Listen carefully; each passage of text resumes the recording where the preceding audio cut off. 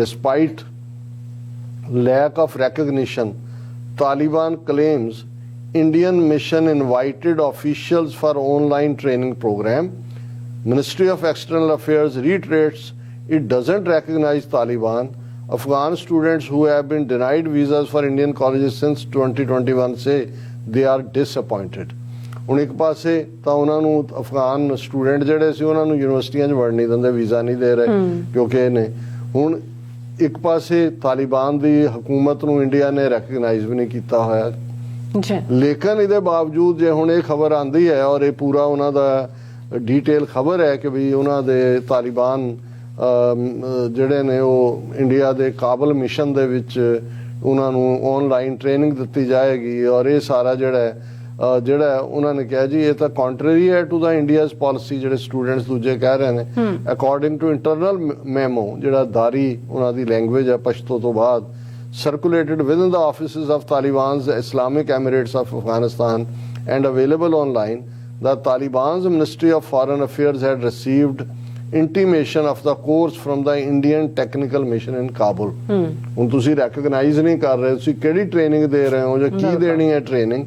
ਮੈਨੂੰ ਇਹ ਲੱਗਦਾ ਹੈ ਕਿ ਵੀ ਪਾਕਿਸਤਾਨ ਆਪਣੇ ਇਨਰ ਕ੍ਰਾਈਸਿਸ 'ਚ ਫਸਿਆ ਹੋਇਆ ਹੈ, ਇਕਨੋਮਿਕਲ ਵੀ ਔਰ ਪੋਲੀਟੀਕਲ ਵੀ। ਔਰ ਇੰਡੀਆ ਨੇ ਤਾਲਿਬਾਨ ਦੇ ਹਕੂਮਤ ਜਿਹੜੇ ਖੁਦ ਫਸੇ ਹੋਏ ਨੇ ਕਿਉਂਕਿ ਇੱਕ ਪਾਸੇ ਇਸਲਾਮਿਕ ਸਟੇਟ ਦਾ ਪ੍ਰਭਾਵ ਵੱਧ ਰਿਹਾ ਹੈ। ਅਮਰੀਕਾ ਜਾਂ ਦੂਜਿਆਂ ਨੇ ਵੀ ਕੋਈ ਉੱਥੇ ਮਦਦ ਤਾਂ ਥੋੜੀ ਬਹੁਤ UN ਦੀ ਫੂਡ ਪ੍ਰੋਗਰਾਮ ਦੇ ਥੱਲੇ ਜਾ ਰਹੀ ਹੈ।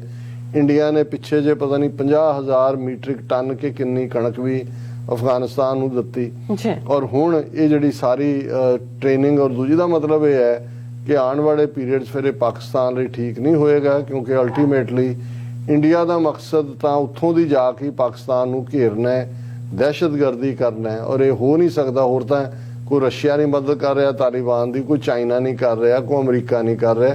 ਇਹਨਾਂ ਦੇ ਤਾਂ ਉਹ ਤਾਂ ਆਪ ਉਹਨਾਂ ਤੋਂ ਜਿਹੜੇ ਨੇ ਉਹਨਾਂ ਨੂੰ ਇਹ ਕਿ ਵੀ ਇਹ ਜਿਹੜਾ ਇਸਲਾਮਿਕ ਸਟੇਟ ਦੀ ਮਦਦ ਨਹੀਂ ਕਰ ਰਹੇ ਜਾਂ ਕਿਸੇ ਇਹ ਇੰਡੀਆ ਹੀ ਹੋਏਗਾ। ਉਹ ਭਾਵੇਂ ਤਾਲਿਬਾਨ ਦੇ ਥੱਲੇ ਮਦਦ ਕਰਕੇ ਦਹਿਸ਼ਤਗਰਦੀ ਕਰੇ, ਇਸਲਾਮਿਕ ਸਟੇਟ ਦੇ ਥੱਲੇ ਕਰੇ, ਉਹ ਫਲਾਣਾ ਖੁਰਾਸਾਨੀ ਤੇ ਟਮਕਾ ਤੇ ਇਹ ਵੋ।